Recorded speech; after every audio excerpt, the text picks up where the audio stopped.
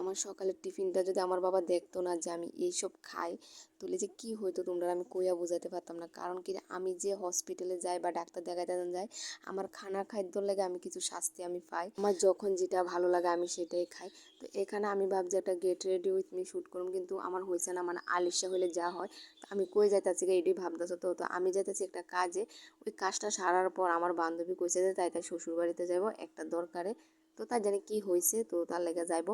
তো যেহেতু তাই আমার লগে আইছে, তুলে তো তার লগে আমার যাইতে হইব। তারপরে আসার পর তারা বাড়িতে বসে আমি একটা রিলস ভিডিও বানাচ্ছি, যেটা আমি ছাড়ছি। তো আমার কোনো কাজ করার আগে আমার জানা থাকে যে কোন জায়গাটাতে আমি কি ভুল করছি আর কীরকম শাস্তি হইতে পারে। ওই মোমেন্ট অনুযায়ী আমি এই রিলস ভিডিও শ্যুট করে, কারণ এটা শ্যুট এইসব ছাড়লে আমার মনটা হালকা হয়। কথায় আছে না, যেমন কর্ম তেমন ফল, ওইটাই আর কি। তো আমি কর্ম যেমন করি আমি ফল তার দ্বিগুণ পাই।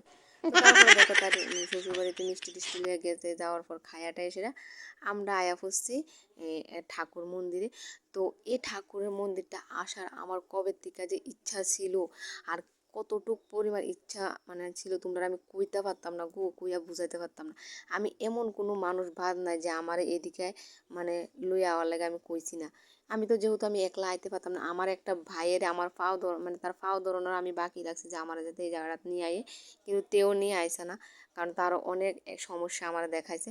তো যাকে ফাইনালি আমার বান্ধবী আমার নিয়ে আইছে, তাই হাত ধরে আমি অনেক কিছু চিনছি। এই শহরটার অনেক কিছু আমি চিনছি, আমি মিথ্যা কথা কইতাম না। তো তারপরে আজকে আমারে তাই আবার সেম একই জায়গা, কারণ তো তাই শ্বশুরবাড়ির পাশে এটা। তো যেহেতু আয়া পড়ছে, আমি মন ভইরা আমি ঠাকুরের কাছে আমি প্রার্থনা করছি সবাই যাতে ভগবান ভালো রাখে।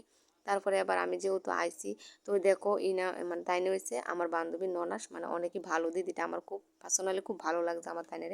তারপরে আবার দেখো আমি ফটো প্রসাদ টসাদ তুলে এসেছি। এবার হয়েছে যাইতেছে আমার বান্ধবী ললিতা। যাইয়ে যাইবো, তাই যাওয়ার পরে আবার আমি ওইদিকে যাই, আবার হাট টাটটি দিয়ে আমি ঠাকুরের দোকানে বাতি দিয়ে। আর আমি এটার মধ্যে তার মুখটা কেড়ে দেখাইছি না, জানো নি? কারণ কিছুটার মধ্যে তার মুখটা সুন্দর উঠছে না। আর আর একটা জায়গাতে আমি মুখটা দেখাইছি না কিরে, কারণ সব জায়গায় সব কিছু দেখান ঠিক না। তো ওইখানেও মুখটা সুন্দর উঠছিল, কিন্তু আমি দেখাইছি না। কারণ সব জায়গা তো সব কিছু দেখানো ঠিক না। তো তাহলে আর একটা কথা কি জানো, তুমি ঠাকুর বাড়িতে কোনো দিন প্ল্যান করে যাইতে পারতো না। ভগবান যেদিন টানে ওই দিনই তুমি যাইতে পারবা। এই ঠাকুর বাড়িতে আসার আমার আজকের থেকে না, অনেক আগের থেকে ইচ্ছা, কিন্তু কেউ আমার নিয়ে আইসে না।